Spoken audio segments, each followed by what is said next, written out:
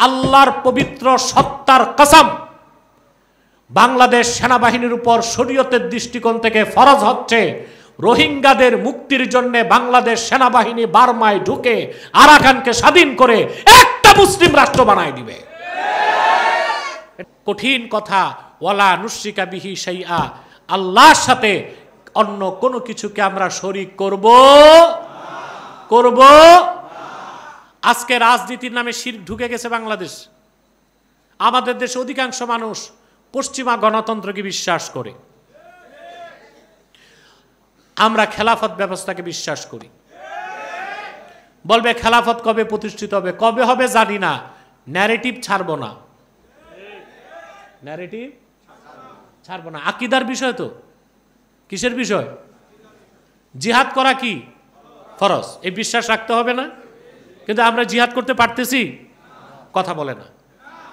কোরআন সুন্নাহ মোতাবেক আল্লাহর পবিত্র সত্তার কসম, বাংলাদেশ সেনাবাহিনীর উপর শরীয়তের দৃষ্টিকোণ থেকে ফরজ হচ্ছে রোহিঙ্গাদের মুক্তির জন্য বাংলাদেশ সেনাবাহিনী বার্মায় ঢুকে আরাকানকে স্বাধীন করে একটা মুসলিম রাষ্ট্র বানায় দিবে।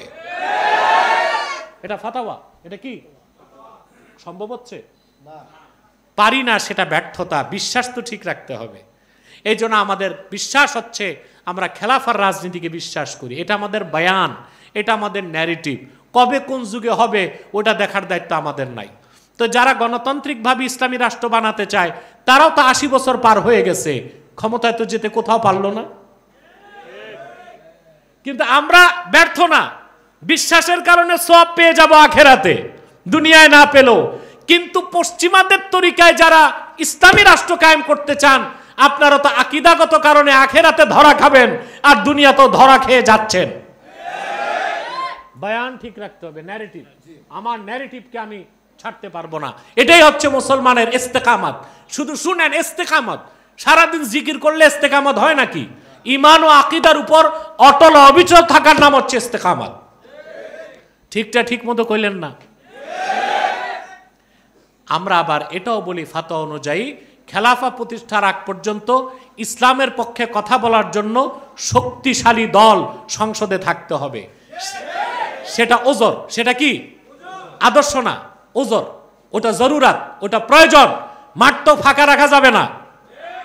মাঠ ফাঁকা করে দিলে সবটাই তাগুতের দখলে চলে যাবে। সবটাই তাগুতের দখলে চলে গেলে খেলাফত প্রতিষ্ঠা অসম্ভব হয়ে যাবে। একটা জরুরাত আর একটা ঈমান। ঈমানকে ঈমানের জায়গায় রাখতে হবে, আদর্শকে আদর্শের জায়গায় রাখতে হবে। জরুরত ওটা ভিন্ন জিনিস, ঠিক কিনা বলেন? কিন্তু জরুরতের নামে শিরক করা যাবে, কুফর করা যাবে। জরুরতটা ততক্ষণ যতক্ষণ শিরক আর কুফর না হয়, বিজাতির সাদৃশ্য না হয়। আমি বুঝাইতে পারছি ভাই? আমি একটা উদাহরণ দিই। নামাজ পড়া কি? আর আপনি সাফারি পার্কে বউ বাচ্চা নিয়ে ঘুরতে গেছেন, বুঝলেন? এখন আসর নামাজ কাজা হচ্ছে, অজুর নাই পানি। তা আপনি কি করছেন? ক্লাবে যে মদের একটা বোতল নিয়ে অজু করছেন, নামাজ পড়বেন। আপনাকে একজন বলছে মদ দিয়া উজু করলা, আপনি বলছেন ভাই কি দিয়া উজু করছি দেখো না, উদ্দেশ্য দেখো। উদ্দেশ্য কি করছি, কি উজু? উদ্দেশ্য যাই হোক, অন্তত শিরক আর কুফর থেকে মুক্ত থাকতে হবে। ঠিকটা ঠিক মতো বলবেন না?